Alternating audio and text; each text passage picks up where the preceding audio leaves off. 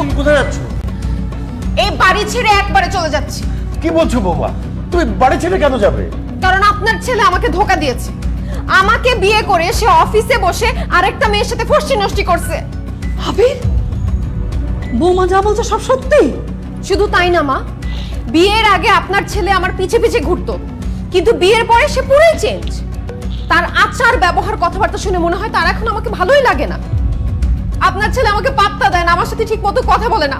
আপনার ছেলে বদলে গেছে মা। এইরকম বদলে যে একটা ছেলের সাথে আমি কিভাবে সংসার করব? হ্যাঁ, আমি বদলে গেছি। আমি বদলে গেছি আমার দায়িত্বের জন্য, আমি বদলে গেছি আমার পরিবারের জন্য, তোমাদের সবাইকে ভালো রাখার জন্য। মানে? আখি, তুমি সবসময় আমাকে বলো বিয়ের আগে সারাক্ষণ আমি তোমার পিছন পিছন ঘুরতাম, তোমাকে দেখার জন্য চোরের মতো তোমাদের বাসায় পর্যন্ত গিয়েছি। আর বিয়ের পর মানে এখন কেন তোমার সাথে আমি আগের মতোই পাগলামিটা করছি না? বিয়ের আগে আমি শুধু একজন প্রেমিক ছিলাম, আমার কোনো দায়িত্ব ছিল না, অফিস ছিল না, বস ছিল না, বাসা ভাড়া ছিল না, বউ ছিল না, এমনকি বাবা মায়ের চিকিৎসার খরচ পর্যন্ত চালাতে হতো না। আমার পৃথিবীতে ছিল শুধু তুমি আর তুমি। তাই শুধু তোমাকে দেখতে চাইতাম, তোমার পিছন পিছন ঘুরতাম, তোমার জন্য পাগল হয়ে যেতাম। বিয়ের আগে তুমি শুধু আমার প্রেমিকা ছিলে, তোমার জন্য আমার এক্সট্রা কোনো খরচ করতে হতো না। কিন্তু বিয়ের পর তো তুমি আমার বউ, তোমার ভরণ পোষণ, তোমার দায়িত্ব, তোমার থাকা খাওয়া সব কিছুর দায়িত্ব আমাকে নিতে হচ্ছে। আমাদের বাসা ভাড়াটা এখন আমাকে দিতে হয়, আমার বাবা মায়ের চিকিৎসার খরচ আমাকে দিতে হয়। আর এই সংসারের পুরো দায়িত্বই তো এখন আমার। আর আমার চাকরি আছে, সেখানকার কাজটাও তো আমাকেই করতে হয় আখি।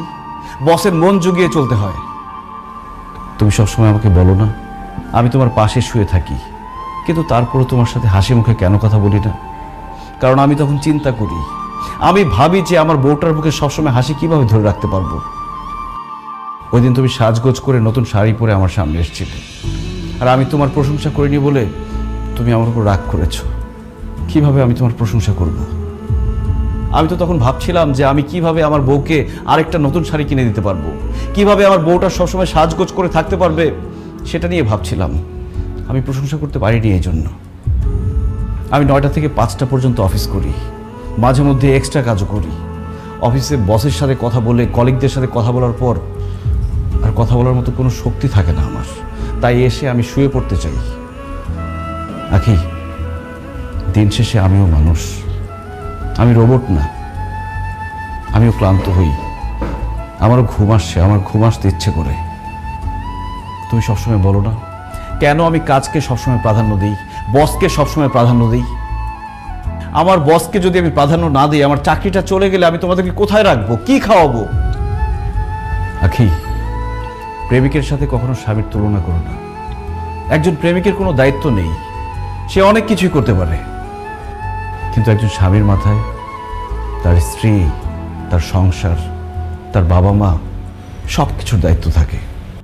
আর একজন স্বামী নির্দিষ্ট একজন মানুষকে খুশি করার জন্য চাইলেও অনেক কিছু করতে পারে না। একজন প্রেমিক তার প্রেমিকাকে যতটুকু ভালোবাসে, একজন স্বামী তার স্ত্রীকে অনেক গুণ বেশি ভালোবাসে। কিন্তু সেই স্বামীটা তার স্ত্রীকে তার ভালোবাসা প্রকাশ করতে পারে না, এমনকি বাবা মাকেও তার ভালোবাসা প্রকাশ করতে পারে না।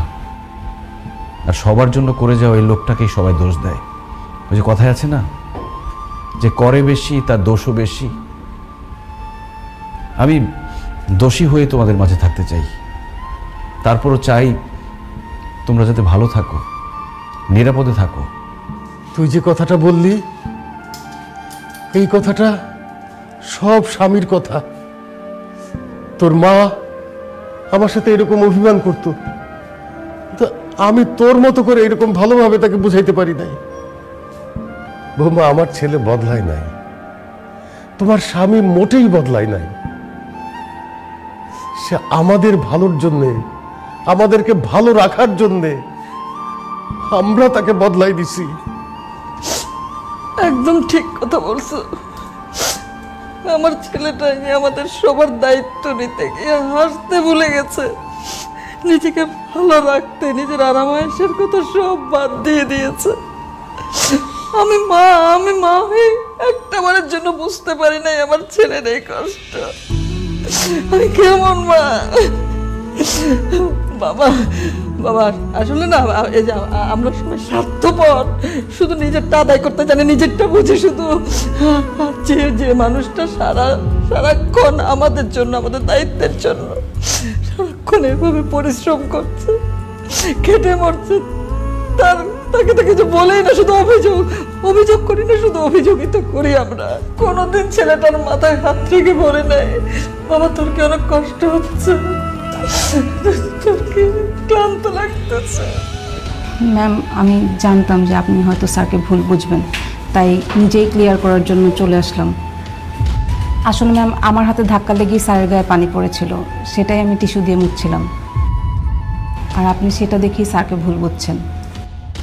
আসলে স্যার খুবই ভালো একজন মানুষ এবং খুবই পরিশ্রমী একজন মানুষ। তার চেয়ে বড় কথা হচ্ছে স্যার একজন খুবই দায়িত্ববান মানুষ। আমি একজন মেয়ে হয়েও সবসময় চাইবো যেন স্যারের মতো কেউই একজন আমার স্বামী হয়। সেই জায়গা থেকে আপনি আসলে খুবই লাকি একজন পার্সন। আবির, আমি আসলে অনেক স্বার্থপর। আমি সবসময় নিজের চিন্তাটাই করেছি। তুমি আমার সঙ্গে ঠিকমতো কথা বলো না, আমার দিকে তাকাও না, আমাকে সময় দাও না,